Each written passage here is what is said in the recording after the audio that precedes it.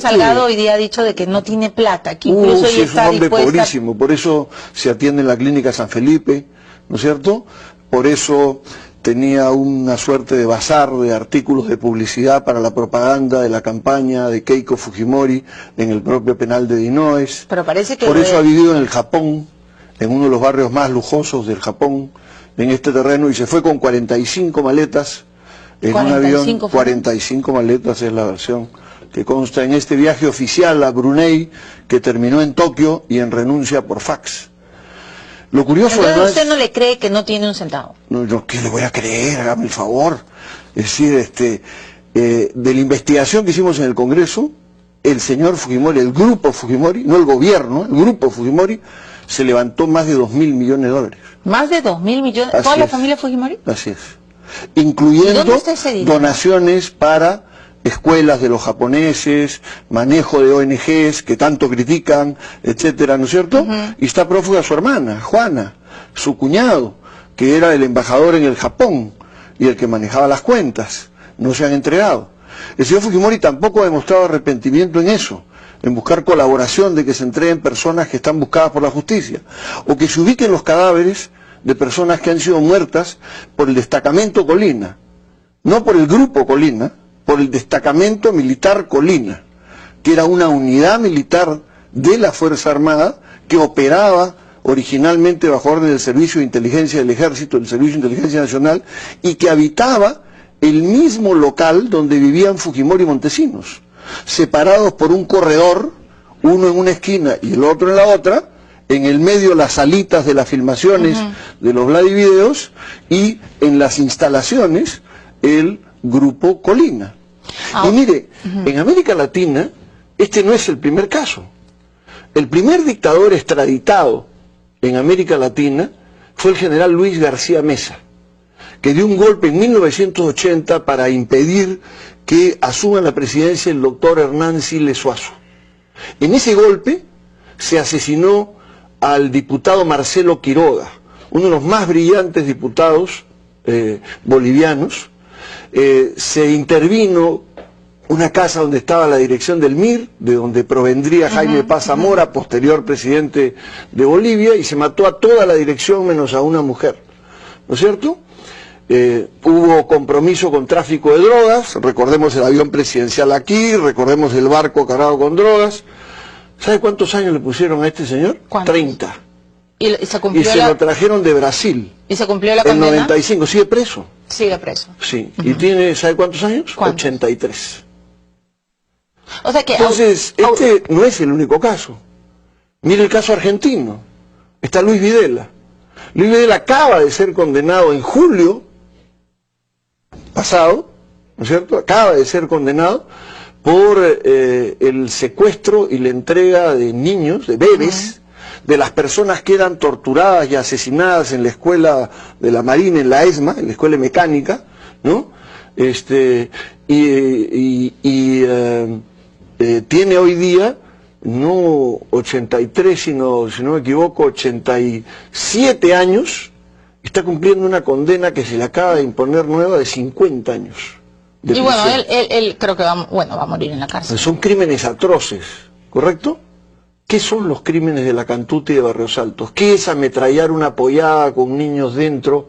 ¿Qué es ejecutar a los estudiantes con tiros en la nuca y no entregar los cadáveres a los familiares?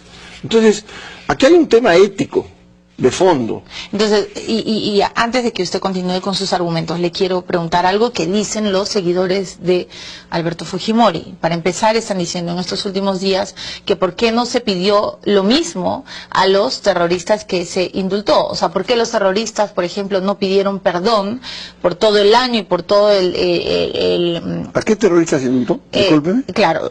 ¿A Yehudi Simón, por ejemplo? No, bueno, pero... Es que esos son los terroristas lo que ellos hablan. Pero Yehudi Simón no... Los indultos... Yehudi Simón, que yo sepa, no hizo baño de sangre, ¿no? Ni fue... Pero ¿de qué fue acusado el señor Yehudi Simón? De terrorismo. Ajá. ¿Y por qué salió? Por un indulto. ¿Un indulto por qué? ¿Porque fue una gracia del presidente o porque era inocente? Porque era inocente. Fue tal el abuso durante el régimen de Fujimori que metió preso a una enorme cantidad de gente que no tenía nada que ver. y una agrupación en la que estaba el doctor Jorge Santisteban, y en la que estaba el sacerdote francés Hubert Lancier, ¿no es cierto?, que estaba vinculado a penales, junto con el ministro de Justicia de Fujimori, tuvieron que pasar una revisión porque era tal el abuso del manejo de estos mecanismos de los jueces sin rostro, donde se distorsionaba la voz, donde no había mecanismos de defensa, donde no se ejecutaban pruebas, que hubo de que había una enorme cantidad de gente inocente. Por supuesto. Hoy día García Sayán... ¿Qué terroristas están indultados? Ok, y entonces usted mantiene la tesis que ha estado explicando García Sayán de que todo esto es una exageración del fujimorismo, una propaganda y campaña política para legitimar al gobierno de Paniagua. Milagros, el mayor indultador fue Fujimori. Mire las cifras sobre indultos. La mayor cantidad de indultados supuestamente por terrorismo, o que estaban sentenciados por terrorismo, fue Fujimori. ¿Producto de qué? De un sistema bárbaro de manejo de esos procesos, uno, y dos, de que el Perú encaraba una andanada en los tribunales internacionales que evidenciaban la arbitrariedad con la que se manejaban las cosas. Y que los procesos no eran debidos. Correcto. Ahora, el siguiente argumento de los fujimoristas, ellos dicen que para una reconciliación nacional, pues hay un grupo grande, duro, además creo que se ha demostrado en estas elecciones pasadas, de peruanos que están agradecidos al gobierno de Fujimori por la pacificación, por la resurrección económica y todos los argumentos que se esgrimen, y que por qué no permitirle irse a su casa a que se sane si es que finalmente fue pues un gobernante elegido, ¿no es cierto? ¿El señor Fujimori está condenado por haber frenado la hiperinflación de García? ¿El señor Fujimori está en la cárcel por haber capturado a Abimael Guzmán? ¿El GEIN, que dicho sea de paso no lo formó él sino el gobierno anterior a él? ¿El señor Fujimori está en la cárcel por eso? ¿No? Las personas hacen cosas buenas y hacen cosas malas. Y las sancionan por las cosas malas. No las sancionan por las buenas. Y uno tiene que responder por esas cosas. Y cuando esas cosas malas son atroces, como son los crímenes de lesa humanidad, entre los cuales está el secuestro, entre los cuales está la ejecución extrajudicial, ¿no es cierto?, entre los cuales está la tortura, y esto se combina con una corrupción gigantesca, 15 millones de dólares de CTS en maletas de billetes contantes y sonantes para el señor Montesinos, que hoy día le dice que él no le hubiera aconsejado que solicite el indulto, ¿no es cierto?, colocan una situación bastante complicada. Entonces, ¿el indulto qué es? ¿Un juicio político de la labor de Fujimori? ¿Eso es el indulto? ¿O el indulto es una decisión que tiene que ver con un tema humanitario en una situación extrema frente a una situación que es culpable? ¿Y qué le dice usted a la familia de Fujimori que está diciendo que su padre está enfermo, que está en alto riesgo, que está demasiado deprimido? ¿Y qué le dice usted a los familiares de la Cantuta? O como ellos son padres de estudiantes que eran unos simples estudiantes para ser maestros, que vivían internos y almorzaban en el comedor universitario y no tenían el peso político o económico determinado, ¿no tienen derecho también a la justicia en ese terreno? ¿Qué significa que hay hasta hoy 5 familias de esos estudiantes que no recuperan sus cuerpos? 5.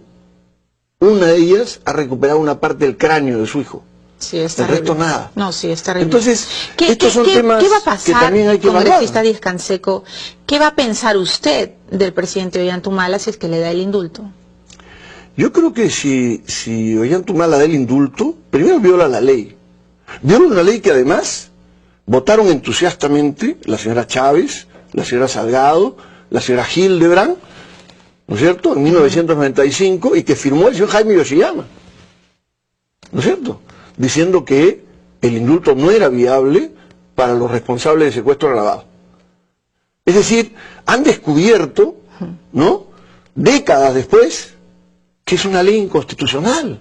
Pero ellos mismos le hicieron. Ellos mismos le hicieron, claro, ¿cierto? Entonces, sí, claro, eso indica que esto se maneja con muñeca política y no con principios. La ley es buena cuando es contra el otro, pero cuando es contra alguien cercano a mí, no vale. Usted conoce y ha conocido bien a Ollantumala. ¿Por qué ha puesto este tema en la agenda política? ¿Por qué cree? ¿Qué ha sucedido? Bueno, hay gente que piensa que ha habido una negociación política, que esa negociación política tiene detrás intereses frente a las elecciones del 2016. O sea que usted está tratando de inducirnos a pensar en la ley Nadine, o sea, te doy el indulto, pero luego tú me ayudas para que Nadine sea candidata. Es una de las hipótesis que ha sido barajada por analistas políticos en estos últimos días. ¿Pero usted qué cree? ¿Usted ha sido amigo de Ollantumala? Yo he sido una persona... Yo no tengo una relación amical con Ollantumala. Ollantumala no conoce mi casa, yo no conozco su casa, no tengo una relación de... O sea, para mí la amistad es algo... No. Okay. Fueron socios. Hemos sido compañeros políticos en el encaramiento de un proyecto, hemos trabajado... ¿Socios políticos? Sí. Okay. Sí. Y ahí entonces, ¿por qué? Pero yo no conozco la vida personal de Ollantumala, no me meto tampoco en los temas de la vida personal. Pero ¿cuál sería su teoría, congresista Díaz-Canseco? Mi teoría es que aquí, si esto camina, es porque hay un acuerdo político, porque es evidente que esto conduce a una fractura muy honda en el país. Si Humala hace esto, lo que produce es una fractura brutal en el país, en la sociedad, rompe su partida de nacimiento, porque la partida de nacimiento que reclama Ollantumala es el levantamiento contra Fujimori. Entonces, el indulto es romper en público su partida de nacimiento. Los fujimoristas dicen que si lo hace va a pasar a la historia como un presidente solidario, como y va a recibir su leal apoyo, ¿no es cierto? Va a recibir su leal apoyo durante todo lo que resta del gobierno. Es decir, yo la verdad es que creo que sería una suerte de suicidio político con sus propias bases sociales en este terreno, con las que ya tiene una relación extremadamente quebrantada. Pero de repente también puede, y con esto termino con esta pregunta, también puede ser congresista Díaz-Canseco que teniendo a Fujimori en la cárcel, tienen a un fujimorismo revitalizado porque se tiende a la victimización, digamos, dentro de una estrategia política tendría mucho más poder, no sé si poder, o en fin, más chance en el 2016. Carlos Tapia en este programa ha dicho que a Humala le conviene frente a un esquema político indultar. Yo no creo. No comparto la opinión de Carlos Tapia en ese terreno. Además que, en mi opinión, nuestra función no es ser consejeros del rey, ¿no es cierto?, sino tener una opinión política frente a la población ante una circunstancia que es muy complicada y en la cual el mismo tema humanitario no cumple las condiciones. Aquí está clarísimo que no hay cáncer terminal. Clarísimo, ¿no es cierto? Entonces yo me pregunto, ¿qué pasa si en este asiento, ante una circunstancia parecida, se sienta el señor Crespo y propone que se maneje también un indulto humanitario porque tiene una psoriasis que se ha agudizado? La psoriasis es además una enfermedad crónica. Pero usted está comparando a Fujimori con el señor Guzmán. Yo estoy comparando circunstancias que se pueden presentar de personas acusadas de crímenes de lesa humanidad con este tipo de argumentos. Y creo que esas personas, por supuesto con mucho más fuerza Guzmán, que operó durante todo un periodo mucho más largo y con una responsabilidad en las víctimas enorme, son personas que tienen heridas abiertas en el país y que no han tenido ninguna de las dos actitudes en disposición de producir cambios en la actitud de la gente. Yo no le deseo a nadie la muerte en prisión. Y yo no he sido nunca favorable a la pena de muerte. El fujimorismo sí. Entonces, la ha demandado una y otra vez. ¿Sí o no? Si Fujimori estuviera moribundo, ¿usted sí estaría de acuerdo que se vaya a su casa? Sí. Como no es el caso, ¿usted piensa que debe seguir cumpliendo su condena? Correcto.